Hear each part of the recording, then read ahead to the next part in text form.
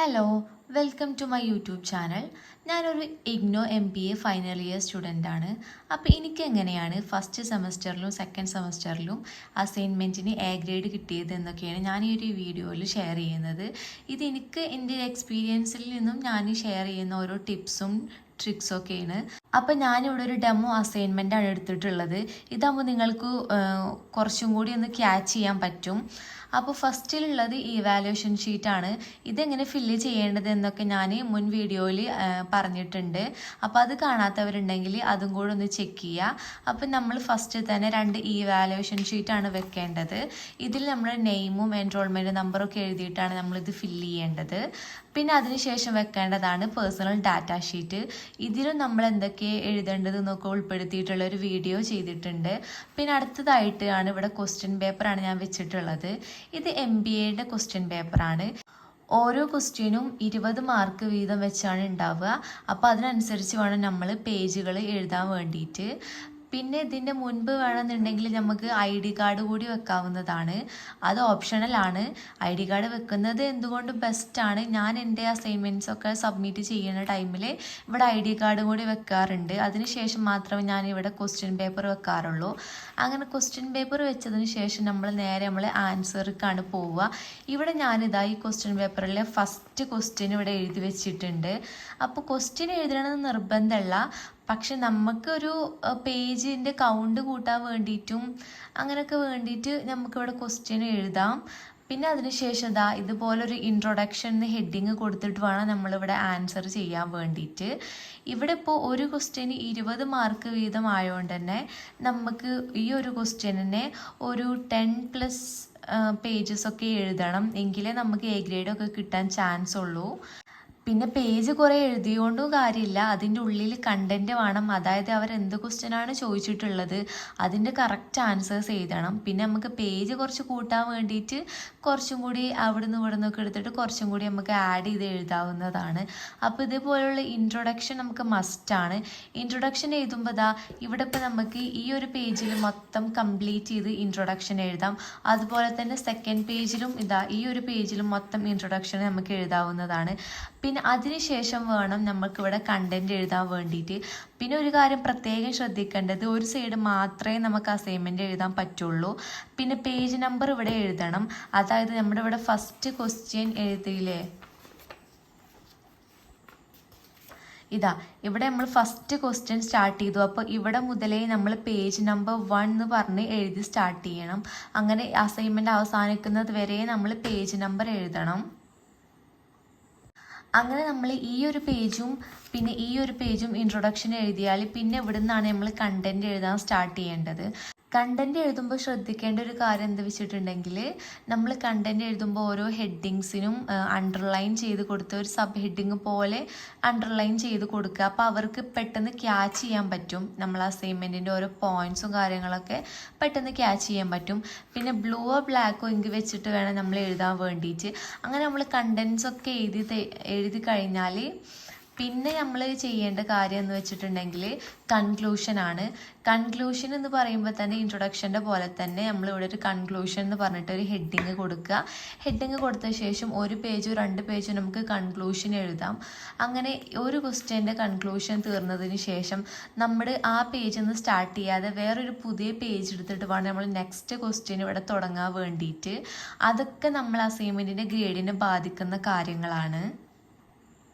ഞാൻ എൻ്റെ first സെമ്മിൻ്റെ assignment submit ചെയ്ത ടൈമിൽ എനിക്ക് ഓർമ്മയുണ്ട്, ഞാനൊരു 100+ പേജസ് ഒക്കെയാണ് ഒരു സബ്ജക്റ്റ് തന്നെ എഴുതിയിട്ടുണ്ടായിരുന്നത്. ഞാനിപ്പോഴും പറയാം, പേജ് നല്ല കൗണ്ട് ഉണ്ടായതുകൊണ്ട് മാത്രം കാര്യമല്ല, ഉള്ളിൽ കണ്ടൻറ്റും വേണം. അതുപോലെ തന്നെ നമ്മൾ മിനിമം ഒരു 15+ പേജസ് എങ്കിലും എഴുതണം. എന്നാലേ നമുക്ക് A ഗ്രേഡ് അഷ്യൂർ ചെയ്യാൻ പറ്റുള്ളൂ. അപ്പോൾ അത് പ്രത്യേകം ശ്രദ്ധിക്കണം. പിന്നെ സ്റ്റഡി സെൻറ്ററിൽ നിന്ന് ചിലർ പറയും 30 പേജസ് ഒക്കെ എഴുതിയാൽ മതിയെന്ന്. അത് അവരുടെ കംഫർട്ടിനനുസരിച്ച് അങ്ങനെ പറയാണ്. അവരങ്ങനെ പറയുമെന്ന് വിചാരിച്ചിട്ട് നമ്മൾ ഒരിക്കലും 30+ പേജൊന്നും എഴുതിക്കൊണ്ട് പോവരുത്. കാരണം A ഗ്രേഡ് കിട്ടാൻ ചാൻസ് വളരെ കുറവാണ്. എന്നാൽ കിട്ടുന്നവരും ഉണ്ട്, ഒരു ലക്കിന് അങ്ങനെ കിട്ടുന്നവരും ഉണ്ട്, ഇല്ല എന്നൊന്നും ഞാൻ പറയുന്നില്ല. എന്നാലും നമ്മൾ മാക്സിമം ഒരു 50+ പേജസ് എങ്കിലും നമ്മൾ എഴുതാൻ ശ്രമിക്കുക. നമ്മൾ നല്ല രീതിയിൽ ക്വസ്റ്റ്യൻ വായിച്ചിട്ട് തന്നെ വേണം നമ്മൾ ആൻസർ ചെയ്യാൻ വേണ്ടിയിട്ട്.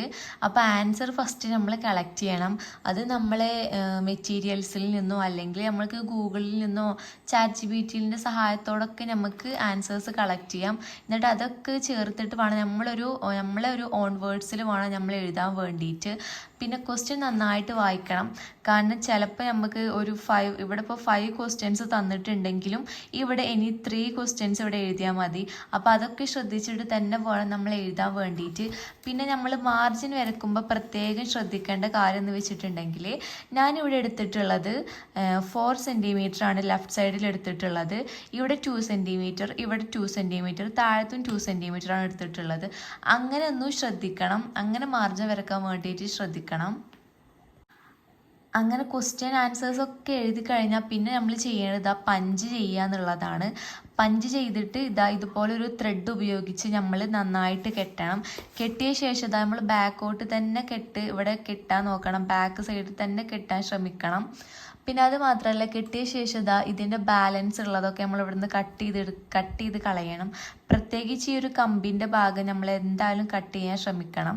ചില യൂണിവേഴ്സിറ്റിയിൽ ഈ കുറച്ച് ഭാഗം മാത്രം വെച്ചിട്ട് ബാക്കി മൊത്തം കട്ട് ചെയ്യാൻ പറയാറുണ്ട്. ചില സ്റ്റഡി സെൻറ്ററിൽ അങ്ങനെ പറയാറുണ്ട്.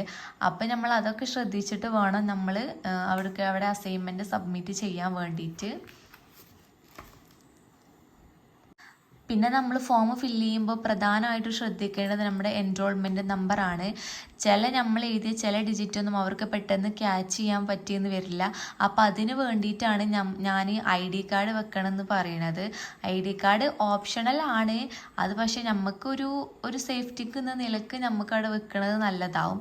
കാരണം ഇൻ കേസ് ഇനി എന്തെങ്കിലും അവർക്ക് ഡിജിറ്റ് ചെയ്തെങ്കിലും മനസ്സിലായിട്ടില്ലെങ്കിൽ അവർക്ക് ID കാർഡിൽ നോക്കാമല്ലോ. അത് വിചാരിച്ചിട്ട് നമ്മൾ ID കാർഡ് വെച്ചത് കൊണ്ട് ഒരു കുഴപ്പമൊന്നുമില്ല. വെക്കണത് നല്ലതാണെന്നേ ഞാൻ പറയത്തുള്ളൂ. അപ്പം ഞാൻ പറഞ്ഞ ഇത്രയും കാര്യങ്ങൾ ശ്രദ്ധിച്ചാൽ തന്നെ നിങ്ങൾക്ക് ഒരുവിധം A ഗ്രേഡൊക്കെ കിട്ടാൻ ചാൻസ് ഉണ്ട്.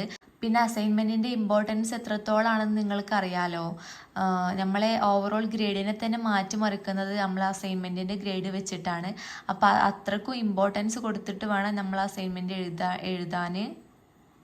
നമ്മുടെ അസൈൻമെൻറ്റിൻ്റെ 30%, അതുപോലെ തന്നെ നമ്മൾ ടേമിൻ്റെ എക്സാമിൻ്റെ 70% വെച്ചിട്ടാണ് നമ്മൾ ഓവറോൾ ഗ്രേഡ് കാൽക്കുലേറ്റ് ചെയ്യുക.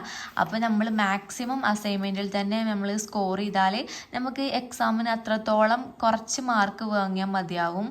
നമുക്ക് ടഫായ സബ്ജക്ട്സൊക്കെ മാക്സിമം നമ്മൾ അസൈൻമെൻറ്റിൽ തന്നെ സ്കോർ ചെയ്യാൻ ശ്രമിക്കുക. അപ്പോൾ ഇത്രയും നേരം ഞാൻ പറഞ്ഞ കാര്യങ്ങളൊക്കെ നിങ്ങൾക്ക് മനസ്സിലായിട്ടുണ്ടെന്ന് വിചാരിക്കുന്നു. അപ്പോൾ വീഡിയോ നിങ്ങൾക്ക് യൂസ്ഫുൾ ആയിട്ടുണ്ടെങ്കിൽ നമ്മൾ വീഡിയോ നിങ്ങളെ ഇഗ്നോ ഫ്രണ്ട്സിനൊക്കെ ഒന്ന് ഷെയർ ചെയ്യുക. അതുപോലെ തന്നെ നമ്മൾ ചാനൽ സബ്സ്ക്രൈബ് ചെയ്യുക. മാത്രമല്ല അസൈൻമെൻറ്റ് റിലേറ്റഡ് ആയിട്ട് എന്തെങ്കിലും ഡൗട്ട്സ് ഉണ്ടെങ്കിൽ നമ്മൾ കമൻസിൽ ചോദിക്കാവുന്നതാണ് കേട്ടോ.